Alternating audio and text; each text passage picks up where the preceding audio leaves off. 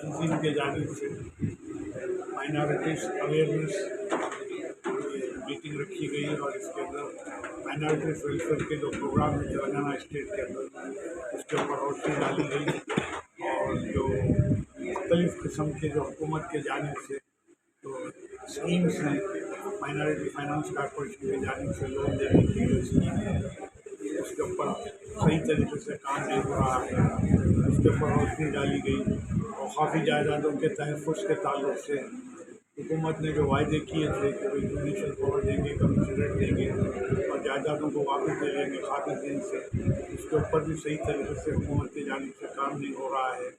उर्दू के ताल्लुक से भी उसका सही उसका मुकाम से नहीं मिला है अब तक दूसरी सरकारी ज़बान बनने के बाद भी। साथ ही साथ अक़लियती कमीशन है, कमीशन की भी कारकर्दगी तकरीबन ठप है, ना बोर्ड है, ना डायरेक्टर है, ना चेयरमैन है। हज हाउस के ताल्लुक से भी हज हाउस के बाजू आपके गार्डन व्यू टावर बनाया गया था कांग्रेस के दौरे हुकूमत में 67 करोड़ की लागत से। आज उसके पिलर में 7-7 फीट पानी खड़ा हुआ है और उसको जो है TRS की हुकूमत में ये कहा गया था कि भाई माइनॉरिटीज़ का एक सेक्रेटरीट बना देंगे, कायम कर देंगे, लेकिन उसके ऊपर भी कोई गवर्नमेंट की जानिब से काम नहीं हुआ है।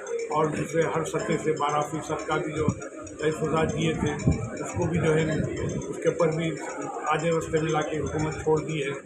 4% रिजर्वेशन के हिसाब से भी अक़लियतें जो तकरीबन बड़ी तादाद में हैदराबाद में रहते हैं, अगर उसके ऊपर अमल किया जाता है तो 6-7 हज़ार लोगों को नौकरियाँ मिल सकती हैं।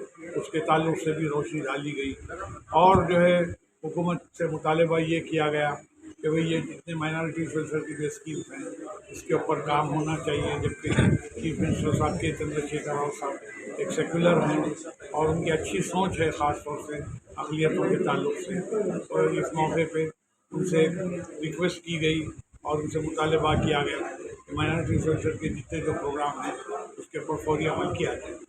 अस्सलामु अलैकुम वरहमतुल्लाहि वबरकातुहू। बिस्मिल्लाह। अल्हम्दुलिल्लाह, माइनॉरिटीज़ के इश्यूज़ से रिलेटेड जो भी मेरी जिद्दोजहद शुरू से रही है, चाहे वो माइनॉरिटीज़ के बजट पर रहने दो या चाहे वो माइनॉरिटीज़ का किसी भी तरीके के इश्यूज़ पर रहने दो, मेरी काफ़ी जिद्दोजहद रहती है। उसी के तहत आज स्वैग ऑर्गेनाइजेशन की तरफ से एक प्रोग्राम मुनक़्क़िद किया गया है, इजलास, जिसकी काफ़ी टाइम से जिद्दोजहद चल रही थी। तेलंगाना माइनॉरिटीज़ वेलफेयर इश्यूज़ के तहत इस प्रोग्राम को मुनक़्क़िद किया गया है, जिसमें तेलंगाना स्टेट के काफ़ी दानिशमंद और इंटेलेक्चुअल्स आए थे, जिसमें प्रोफेसर कोदंडराम साहब, अज़ीज़ पाशा साहब, सिद्दीकी साहब, उस्मा शाकिर मैडम, आरिफ भाई, Telangana Telugu Desam chief general secretary. मेरा मुतालबा हुकूमत तेलंगाना से, ये इजलास हम क्यों कर रहे हैं?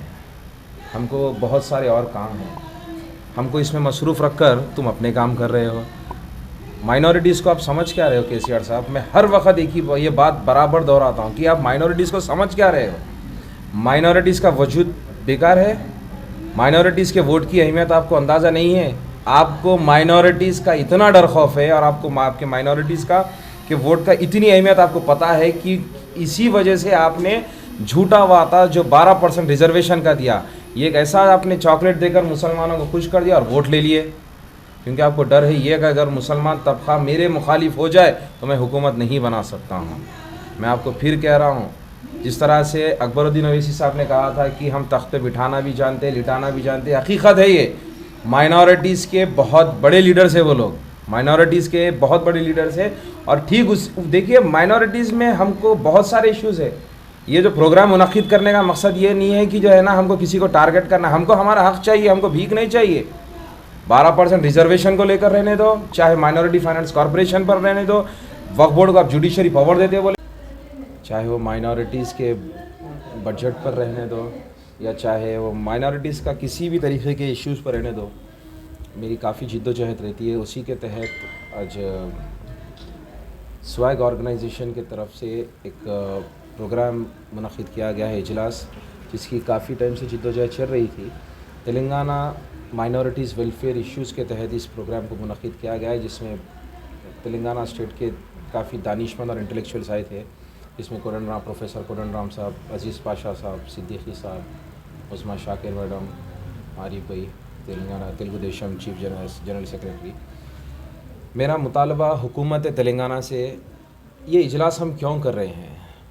हमको बहुत सारे और काम हैं, हमको इसमें मसरूफ़ रख कर तुम अपने काम कर रहे हो। माइनॉरिटीज़ को आप समझ क्या रहे हो केसीआर साहब? मैं हर वक्त एक ही ये बात बराबर दोहराता हूँ कि आप माइनॉरिटीज़ को समझ क्या रहे हो?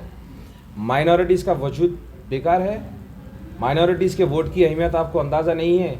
आपको माइनॉरिटीज़ का इतना डर खौफ है और आपको आपके माइनॉरिटीज़ का के वोट का इतनी अहमियत आपको पता है कि इसी वजह से आपने झूठा वादा जो 12% रिजर्वेशन का दिया, ये एक ऐसा आपने चॉकलेट देकर मुसलमानों को खुश कर दिया और वोट ले लिए, क्योंकि आपको डर है ये कि अगर मुसलमान तबका मेरे मुखालिफ हो जाए तो मैं हुकूमत नहीं बना सकता हूँ।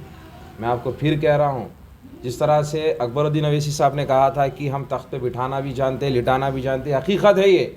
माइनॉरिटीज़ के बहुत बड़े लीडर्स है वो लोग, माइनॉरिटीज़ के बहुत बड़े लीडर्स है। और ठीक उस देखिए, माइनॉरिटीज़ में हमको बहुत सारे इश्यूज़ है। ये जो प्रोग्राम मुनक्किद करने का मकसद ये नहीं है कि जो है ना हमको किसी को टारगेट करना, हमको हमारा हक़ चाहिए, हमको भीख नहीं चाहिए। 12% रिजर्वेशन को लेकर रहने दो, चाहे माइनॉरिटी फाइनेंस कॉरपोरेशन पर रहने दो, वक्फ बोर्ड को आप जुडिशरी पावर देते बोले थे, कमिश्नरेट देते बोले थे आप, औकाफ़ी जायदाद पूरे हड़प ले रहे आप लाखों करोड़ों के। ये हमारा हक़ है, हमको हमारा हक़ चाहिए, हमारा हक़ हमको लेने भी आता है। केसीआर साहब, आपको वोट अगर हम नहीं डालेंगे तो फिर आपको कौन वोट डालेगा हमको पता है, आप क्या करेंगे आपको पता है। आप सेंट्रल से हाथ मिला रहे हैं, बीजेपी को फुल सपोर्ट कर रहे हैं, यहाँ का पैसा ले जाकर सब सेंटर में डाल रहे हैं। आप टीआरएस में मजबूत नहीं है, टीआरएस के मुसलमान आपसे नाखुश है, टीआरएस में आपकी कोई सपोर्ट नहीं है, कुछ नहीं, आप जाके सेंट्रल में मिल रहे हैं। आप मुसलमान को क्या समझ कर रखे हैं आप? मेरी प्लीज़ आप लोग से गुजारिश, और बिलखुसूस मीडिया वालों से, मेरे भाइयों से गुजारिश है कि आप लोग भी एक मुहिम चलाइए। आप लोग भी मुस्लिम माइनॉरिटी से बिलोंग करते हैं, प्लीज़ आप लोग भी चलाइए मुहिम। लाखों 10 लाख रुपए आप इमीडिएटली उठाकर आप दलित बंधु स्कीम के तहत दे दिए। डिसीडेशन का हमको मौका दीजिए। मैं कोडरगांव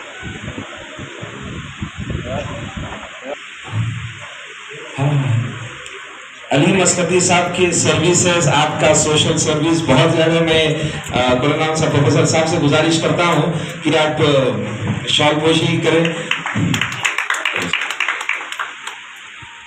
एक छोटा सा मोमेंट हो अली साहब को।